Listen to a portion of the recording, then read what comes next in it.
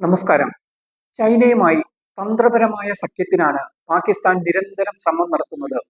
ഗ്വാദർ നാവിക താവളത്തിലേക്കുള്ള ചൈനയുടെ പ്രവേശനത്തിന് പകരമായി പാകിസ്ഥാൻ ചൈനയോട് കടലിൽ നിന്നുള്ള ആണവ അന്തർവാഹിനി ആവശ്യപ്പെട്ടതാണ് വാർത്തകൾ.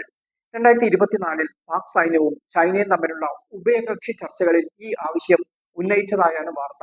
2024 തുടക്കത്തിൽ ഗ്വാദറിനെ ചൈനീസ് സൈന്യത്തിന്റെ സ്ഥിരം താവളമാക്കാൻ അനുവദിക്കുമെന്ന് പാകിസ്ഥാൻ ബീജിംഗിന് ഉറപ്പ് നൽകിയിരുന്നു.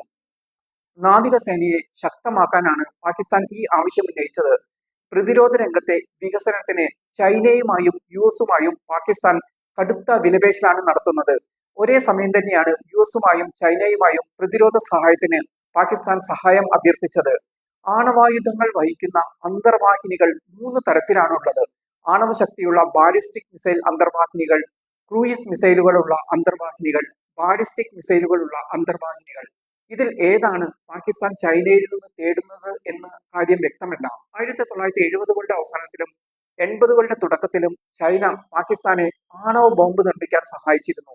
ആണവായുധ സാങ്കേതിക വിദ്യയുടെ ആദ്യത്തെ രഹസ്യ കൈമാറ്റമായി വിശ്വസിക്കപ്പെടുന്ന ഈ പ്രക്രിയയിൽ ചൈന പാകിസ്ഥാന് ഉയർന്ന സമ്പുഷ്ടമായ യുറേനിയവും അനുബന്ധ സഹായങ്ങളും നൽകി.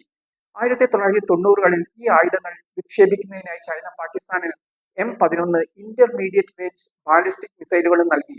ലോകത്തിലെ 6 രാജ്യങ്ങൾക്ക് ആണവശക്തിയുള്ള ബാലിസ്റ്റിക് മിസൈൽ അന്തർവാഹിനികളുണ്ട്. US, Russia, China, France, UK, India.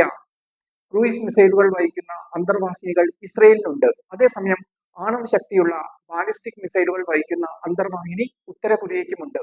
2022 നവംബറിൽ സൈനിക മേധാവിയായി ചുമതലയേറ്റ അസീം മുനീർ പാകിസ്ഥാനെ യുഎസുമായി കൂടുതൽ അടുപ്പിക്കുകയും ബീജിംഗിൽ നിന്ന് അകറ്റുകയും ചെയ്തു. എന്നാൽ ചൈനയുമായി ഒരു തന്ത്രപരമായ കരാറിൽ ഏർപ്പെടാനാണ് ഇപ്പോഴും പാകിസ്ഥാന്റെ ശ്രമം.